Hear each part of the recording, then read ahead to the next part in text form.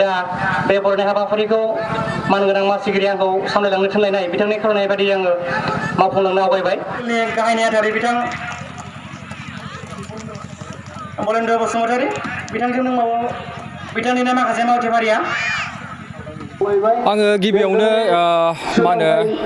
बालाजान थिनालि इउनिटनि रायजो जानानै आङो सिगाङावनो आं बयखौबो अननानै मोजां मोननायखौ जासिग्रोनाय थाबाय। मानो होनब्ला 1967 मायथाइनि दिनैनि बे 15 फेब्रुवारियाव मा होनो दुलाराय बर' फरायसा आफादा गायसनजादोंमोन आरो दिनै फैयै फैयै दिनै 53थि मा होनो गायसन सान फालिनाय बेजों लोब्बा लानानै जायफ्रा बिटिआर बे बिटिआरआव थांनाय 27 जानुवारियाव जि गोरोबथा जादोंमोन भारत सरकार आरो आसाम सरकारनि गेजेराव दा बेहाय बे जोंनि तिनिआलि ओनसोलनिनो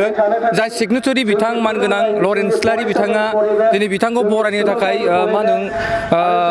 बालाजान थिनालि दुलाराय बर' फरायसा आफादा बिथांखौ हांख्राय हरदों आरो बेजों लोगोसे बयबो रायजो राजाफ्रा बेहाय फैदों आरो जों बेखौनो बालाजान थिनालि रायजोनि जानानै बेखौनो गोजोननाय मोनदों। मानो होननानै बुङोब्ला जोंनि बे जारिमिनारि सानाव जोंनिनो सासे सिगनेटरि बिथाङा जे बेहाय सागान होनो मोनदों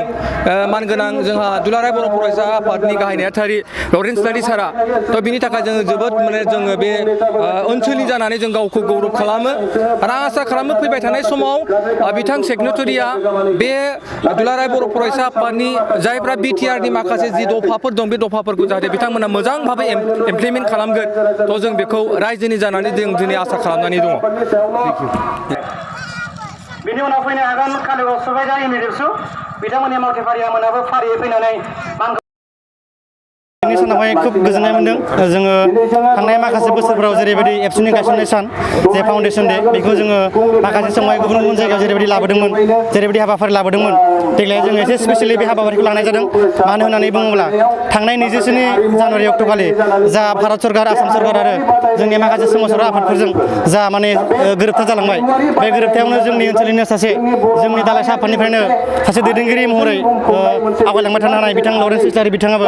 जिहेतु सिगनेटारि हिसाबै दंफायो हिसाबै जों जोंनि दिनैनि हाबाफारियाव बिथांखौ लोगो मोननानै जोंनि दिनैनि हाबाफारियाव गाहाय आलासि महरै मोननानै खोब गोजोननाय मोनदों। जोङो दिनैनि हाबाफारियाव खोब गोजोननाय मोननाया बेनो जे जोंनि गायसननाय सानजों लोगोसे बिथांखौ जोंनि